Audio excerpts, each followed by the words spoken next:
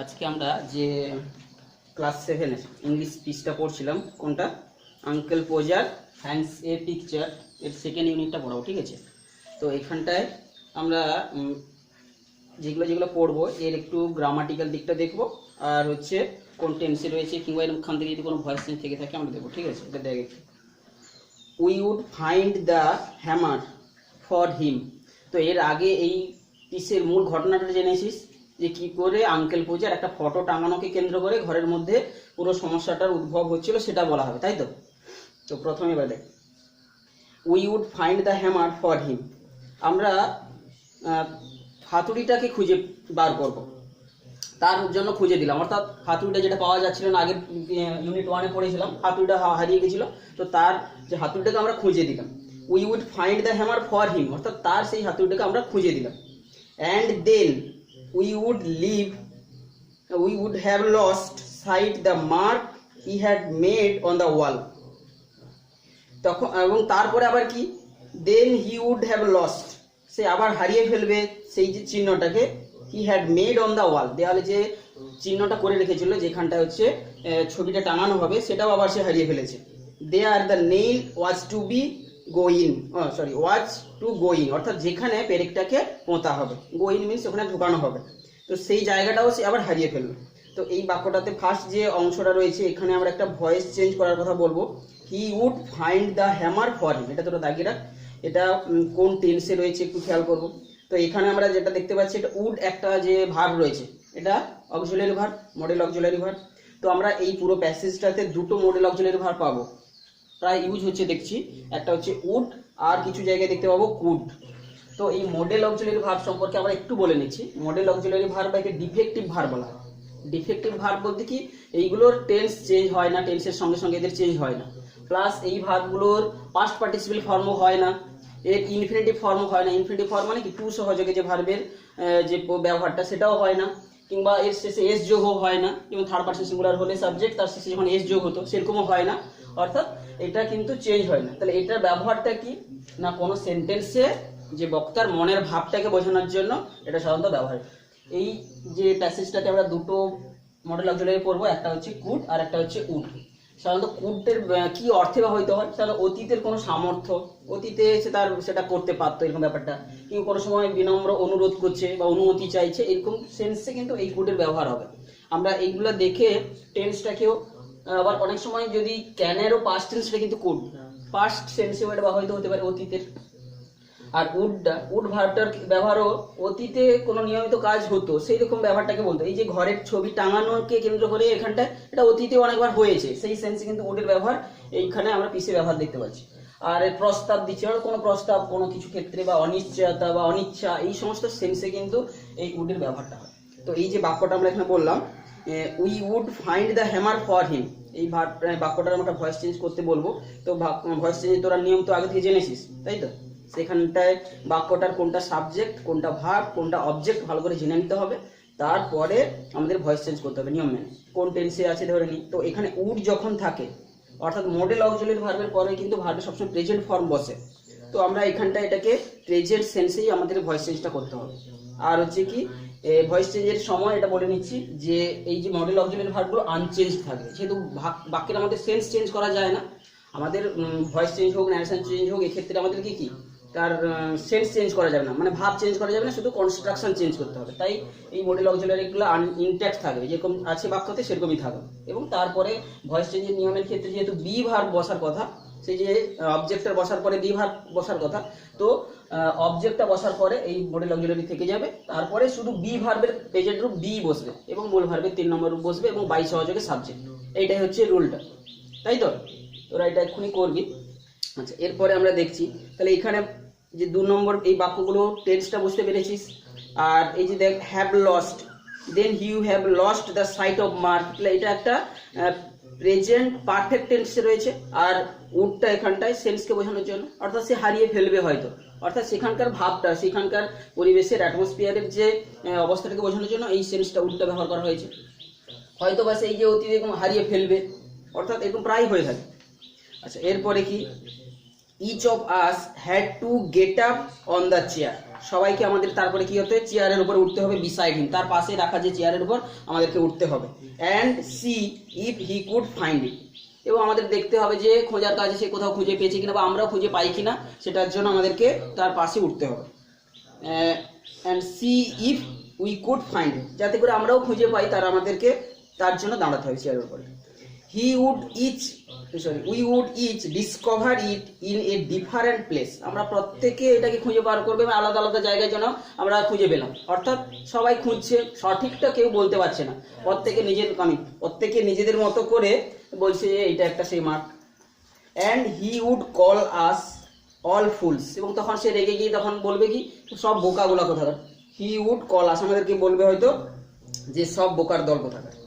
তারপরে কি হচ্ছে, তো এরকম প্রথম চান্সে আমরা দেখতে পেলাম যেখানে পেরেকটা ঢোকানো হবে সেই জায়গাটা তারা হারিয়ে ফেলেছে যখন হাতুড়িটা পাওয়া গেল। তারপরে কি হয়েছে, trying to reach a point 3 inches beyond what was possible for him to reach, the string would slip. Trying to reach a point, একটা নির্দিষ্ট পয়েন্ট মানে পজিশন, যে জায়গা যেখানে দেওয়ালে চিহ্নিত করা হয়েছে সেই জায়গাতে পৌঁছানোর জন্য, যেটা 3 inch বিয়ন্ড, 3 inch দূরে, সেটা beyond what was possible for হিম, যেটা তার পক্ষে সম্ভব ছিল টু রিচ পৌঁছানোটা, অর্থাৎ দেয়ালে তার হাতের এথের থেকে যে যতদূর পৌঁছাতে পারে তার রেঞ্জের থেকে আরো 3 ইঞ্চি দূরে সে একটা পজিশন ঠিক করবে, টু রিচ পৌঁছানোর চেষ্টা করবে। দ্য স্ট্রিপ উড স্লিপ, তখন কি হবে স্ট্রিপটা অর্থাৎ দড়িটা সেটা কিন্তু আবার স্লিপ করে পড়ে যাবে। And down he would slide on the piano, সে আবার স্লিপ করে পড়ে যাবে পিয়ানোর উপরে। অর্থাৎ সে পেরেকটা স্থির করার পরে, জায়গাটা খুঁজে নেওয়ার পরে দড়িটা নিয়ে যখন সুতোটা ধরবে, তো হাত থেকে সে আবার সেটা স্লিপ করে পড়ে যাবে, এবং কি হবে সেও আবার পিয়ানোর নিচে থাকা পিয়ানোর উপর সে পড়বে। তারপরে কি হচ্ছে, অ্যাট লাস্ট, যাই হোক শেষমেশ কি হবে, uncle Podger would get the spot fixed, তারপরে শেষমেশ যাই হোক একটা জায়গাকে চিহ্নিত করা হবে, মানে ফিক্সড করা হবে। তারপরে কি হবে, and put the point of the nail on it, এবং ওই যে জায়গাটা নির্দিষ্ট করা হলো সেই জায়গায় পেরেকের অগ্রভাগটাকে ওখানটায় পয়েন্ট করা হবে তার উপরে, উইথ দ্য লেফট হ্যান্ড, বাঁ হাত দিয়ে। And take the hammer in his right hand, এবং ডান হাতে কি করবে সে তার হাতুড়িটাকে নেবে। And with the first blow, এবং প্রথম আঘাতেই, he would smash his thumb, প্রথম আঘাতেই সে কি করবে তার আঙুলটাকে থেতলে দেবে। And drop the hammer with a yell on somebody's toe, এবং চিৎকার করে উঠবে এবং সেই হাতুড়িটাকে এমনভাবে ফেলবে কারোর পায়ের উপরে গিয়েই পড়বে। এটা একটা দেখতে পাচ্ছি স্ম্যাশ করে দেবে, অর্থাৎ নিজের হাতেই আঙুলেই সে হাতুড়ি মেরে ফেলতে দিবে।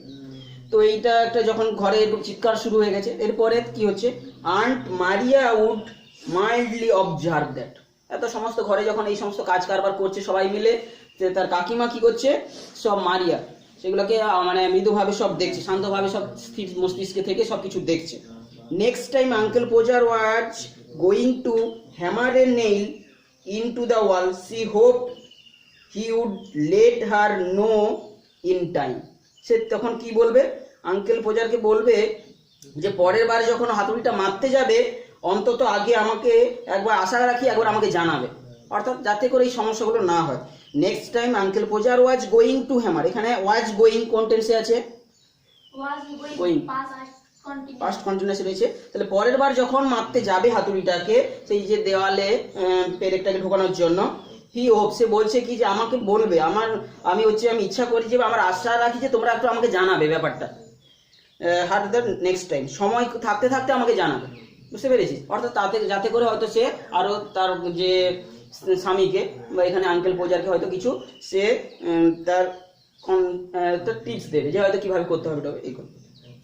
C would then make arrangements to go and spend a week with her mother while it was being done, যতক্ষণ সে কি বলবে, আরো বলবে যে যতদিন এই পেরেক পোতার কাজটা না হয় আমাকে বলবে, আমি আমার মার বাড়িতে চলে যাব। She would then make arrangement, বন্দোবস্ত করে ফেলবো আমি, অর্থাৎ মামা বাড়ি মানে তার যে বাপের বাড়ি যাকে বলা হয় তার মার কাছে সে চলে যাবে, ততদিন না কাজটা হয়ে থাকবে আমি বলছি যে আমি সেখানেই চলে যাব। She would then make arrangement to go and spend a week with her mother while it was being done, অর্থাৎ যতদিন না এই ধরনের কাজটা হয়ে যাবে ততদিন আমাকে বলবে, আমি ব্যবস্থা করে নেবো, আমি আমার মায়ের কাছে চলে যাবো। Oh you women, you make such a fuss over everything. ওহ তোমরা ওই স্ত্রীলোকেরা না সমস্ত কাজে এরকম একটা ফাস তৈরি করো, মানে একটা ঝামেলা পাকাও বা হইচই সৃষ্টি করো বা একটা বাধার সৃষ্টি করো। তোমরা মেয়েদের কোনো কাজ নেই, কোনো একটা কাজ করতে যাবো এরকম অযথা তোমরা হচ্ছে বাধা সৃষ্টি করো। Uncle Podger would reply picking himself up, এরকম সে যখন নিজেকে ধীরে ধীরে তুলছিল অর্থাৎ চেয়ারের উপর পুনরায় উঠছিল, সেইরকম উঠতে উঠতে সেই কথাগুলো বলবে তার স্ত্রীকে উদ্দেশ্য করে। Why I like doing a little job of this sort, এখানে হোয়াইটা কিন্তু প্রশ্নমূলক সেন্সে ব্যবহৃত হয়নি, কারণ বাকির শেষে দেখছিস যে পয়েন্ট রয়েছে অর্থাৎ ফুল স্টপ রয়েছে, তো এটা প্রশ্ন নয়। এখানে হোয়াই বলতে কি, এখানে বলছে আরে I like doing a little job of this sort, এরকম ছোটোখাটো কাজ করতে আমি ভালোবাসি, আমি পছন্দ করি, আরে এইগুলো কাজগুলো আমার করতে খুব ভালো লাগে, এখন বলছে অর্থাৎ তার স্ত্রী উদ্দেশ্য করে বলছে যখন সে রেগে গেছে তার স্ত্রী। And then he would leave another try, তারপরে সে আরেকবার চেষ্টা করার জন্য আগ্রহী হবে, উদ্যোগী হবে।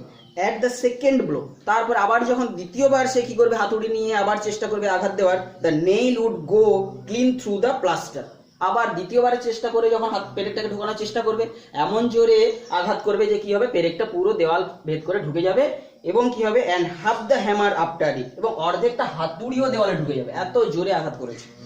তো তো এখানে আমরা বুঝতে পারছি দেওয়ালটা নিশ্চয়ই ইট বালি সিমেন্টের তৈরি নয়, তাহলে হাতুড়ি ঢোকার কথা নয়, এটা সম্ভবত হয়তো কোনো কাঠের তৈরি যার উপরে হয়তো সুন্দর করে ডিজাইন করা ছিল, হতে পারে, কারণ হাতুড়ি একটা কাঠের মানে দেওয়ালে, কাঠের দেওয়াল বলছি, প্লাস্টারের দেওয়ালে ঢোকা সম্ভব না।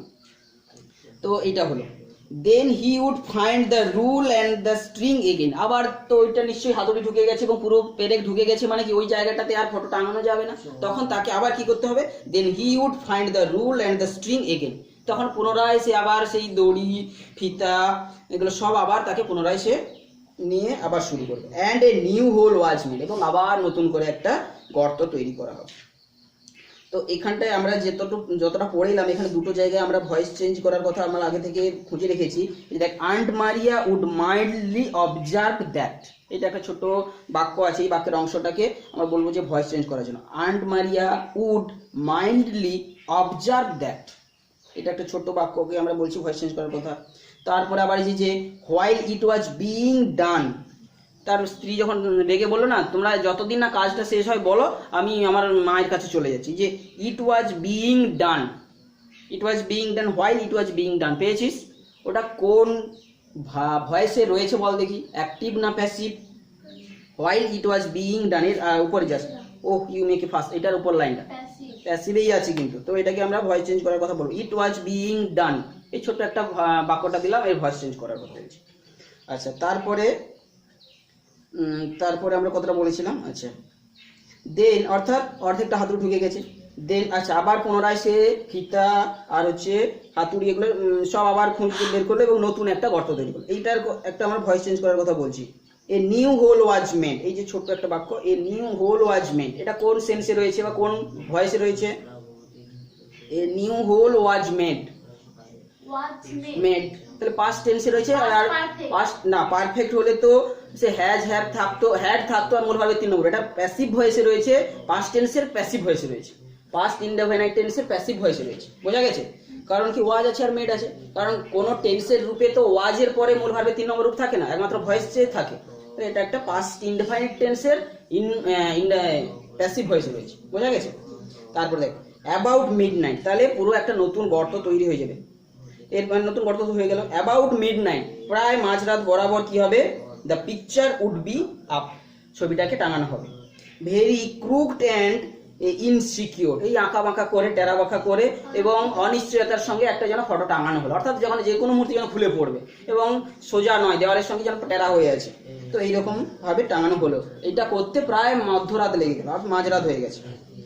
দেয়ার ইউ আর, তারপরে বলছে কি হি উড সে, তারপরে সে বলবে কি এই হলো, এই কতক্ষণে হয়েছে, এইবার হয়েছে। দেয়ার ইউ আর, অর্থাৎ সেই ফটোটাকে উদ্দেশ্য করে সে যেন বলছে এইবার হয়েছে, বুঝতে পেরেছি? He would say stepping heavily off the chair, আস্তে করে মানে সেই ভারী শরীরটাকে নিয়ে যখন দীর্ঘশ্বাস ফেলে যখন স্টেপিং অফ মানে নাম ছিল, চেয়ারের উপরে তো উঠে কাজ করছিল, বললো এবারে হয়েছে, দিয়ে চেয়ারের উপর থেকে এই যে হেভিলি নামছে, অন দ্য চারুনস ক্রনস,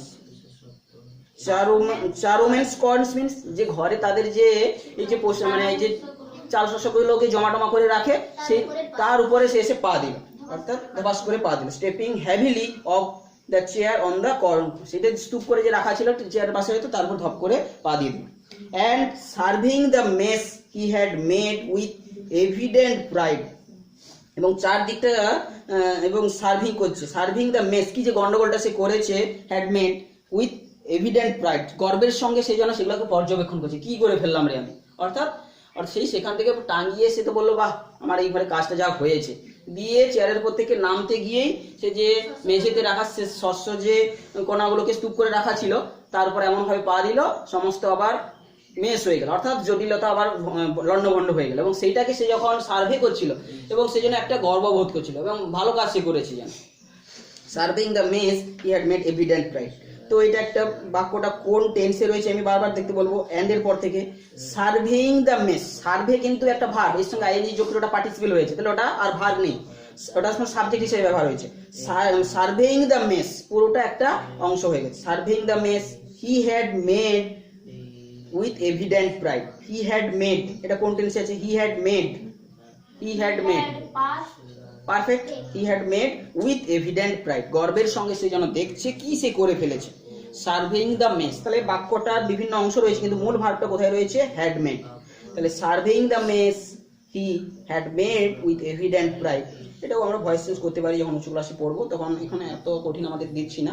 তো এইরকম তারপরে why some people would have had a man in to do a little thing like that, তারপরে সে কি বলবে, হোয়াই কেন some people would have had এইরকম যে নিয়ে আসে একজন মানুষকে, to do a little thing like that, কেন যে লোকেরা এরকম ছোটখাটো কাজ করার জন্য লোক ডেকে আনে আমি বুঝি না।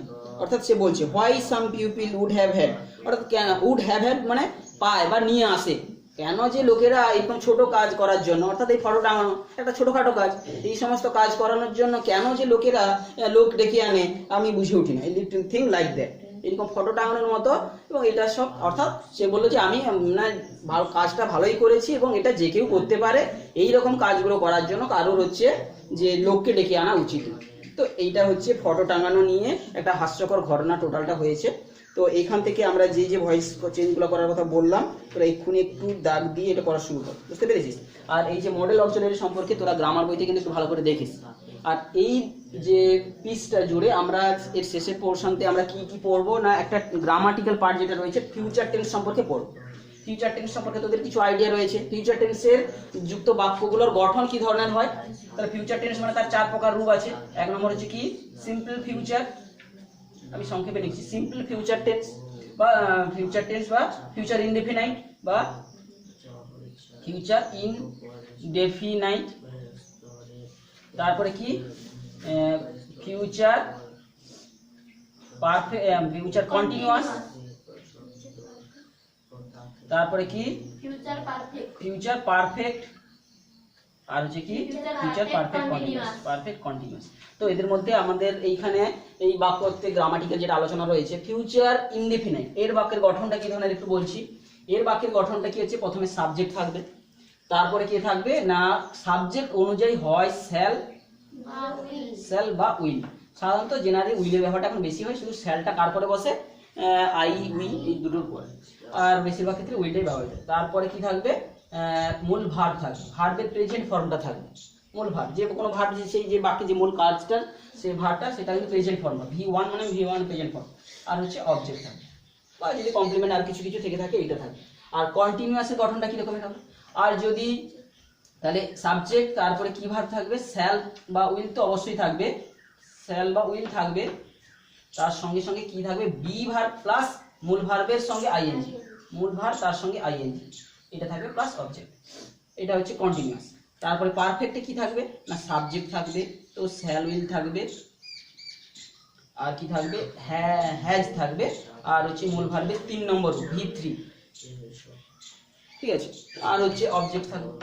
আর যেটা ফিউচার কন্টিনিউয়াস এগুলো তোদের এখন নেই, তোদের এই দুটো জিনিস আমাদের 7 সিলেবাসে রয়েছে।